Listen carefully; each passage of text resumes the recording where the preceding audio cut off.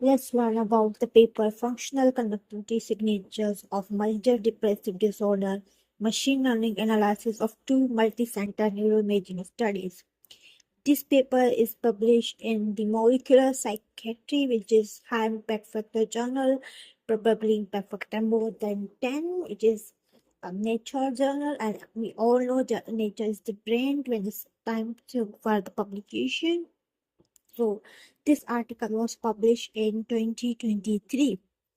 Now, what this article say? In this article, they have used two models. One is machine learning model, which is none other than SVM, and the second one is graph convolutional neural network. For the major role was prediction of major depressive disorder. For that, they have collected two large imaging data, which was resting state functional magnetic resonance imaging data, including rest meta MDD data, which have total number of samples 2,338, and PSMRI data, which have patients or samples around 1,039.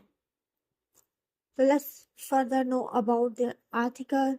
Of course, they have some written work about what is MDD and why it's there a need for doing machine learning or deep learning analysis for MDD. Here they have write why they choose SVM and GCN particularly for MDD. So as per their article, they are working on functional connectivity data.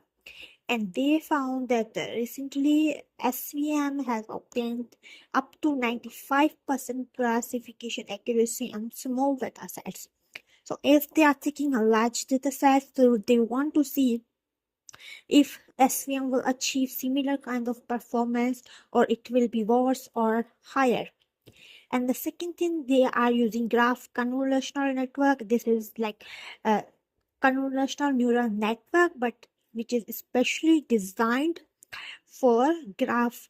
And if we talk about FC, it's already a fully connected graph. That's why they took GCN for this purpose. So one, SVN, because it has achieved more than 95% classification accuracy in small data set, and second one is GCN because it's work on graph. So for data pre-processing, they have used SPM for pre-processing of data. They include all the data processing steps, including slice time correction, head movement correction, applying spatial normalization, spatial smoothing, applying band for filter, and they divided their classification task into 4 levels. The one is patients versus healthy control. The one is patients who have taken no medicines versus healthy control, patients who are taking medicine, and versus healthy control, and medicated MDD patients and non-medicated. The last one is male versus female. So we already talk about they have took two classifier models, and for SVM they took also linear and non-linear SVM and also the GCM model. So for the linear and non-linear SVM, which used RBF kernel, they selected some features, but unfortunately they did not talk about how they extracted features, not even in their supplementary materials. But they took upper triangle of FC, as FC is symmetrical matrix. So when you are going to try trends, SVM or any other machine learning model, you can take lower or upper triangle. It's enough for them because both triangles present similar information. Then for GCN, as GCN worked on the graph, they took a spatial GCN model, and FC is fully connected graph, but we can't give directly FC to this. So graph represent nodes in edge. So in FC, nodes are regions of interest and edges are connectivity between these regions of interest. But we can't give directly whole FC to GCN. First, we should make some threshold to convert it into a non-full connected graph. For this, they choose sparsity threshold value. This is way of applying threshold on your graphs. So every patient have equal number of edges. It can be calculated based on maximum edges in your FC. Here is the diagram that how they actually calculate do this. First fMRI processing, then regions of interest and convert it to FC. Upper triangle, lower triangle. I don't know why in writing they write upper triangle and here they show lower triangle, but it's okay. 17. Then it was converted into one-dimensional vector which can be readable by SVM. And for FC, they converted into binary. First, they applied network sparsity and it converted into binary FC. And then loaded into more, but loaded into the GCM model. So, how is their GCM model is designed? Let's discuss in their supplementary materials. Oh, so lost. Okay. Here is the GCN model. As we all know, GCN model is considered our similar layer.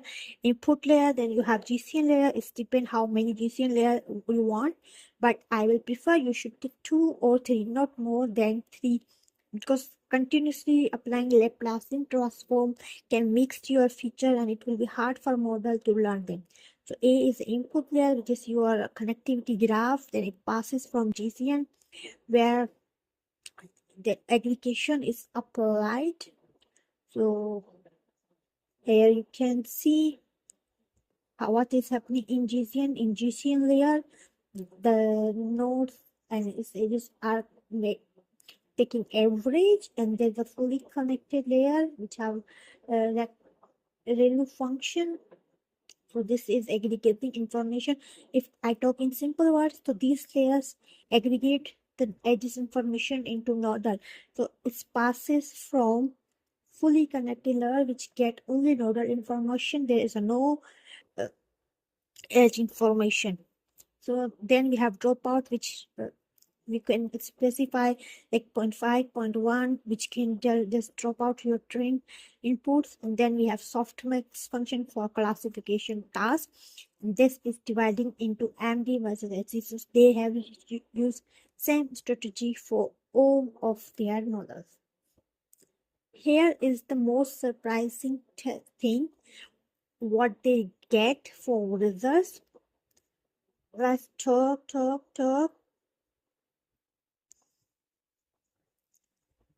This is the features they get after classification.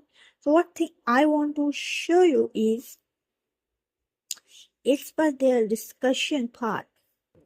Most of the classification tasks, the SVM performance was better than GCM.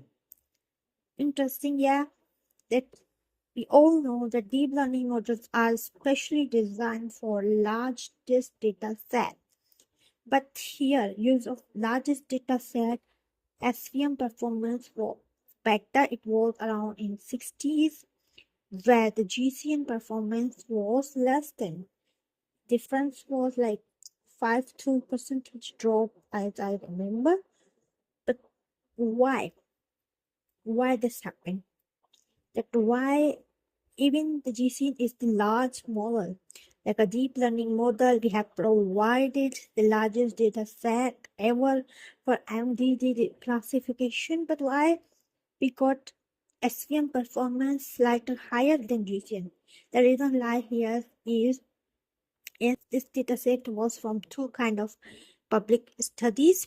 So the possible reason is that the variation in data set is making for the GCN model to learn it difficulty. Second thing, the effect of medication. So it means when you increase your data set, it also increases variability in your data. Age is changed. Your maybe the patients, different patients have different disorder, not only MDD. So the variation in data is also caused to reduce the performance. So what we learn from here? The thing we learn is that when you are working on deep learning models or simple machine learning model, you should also consider variability in of your data sets for clinical applications.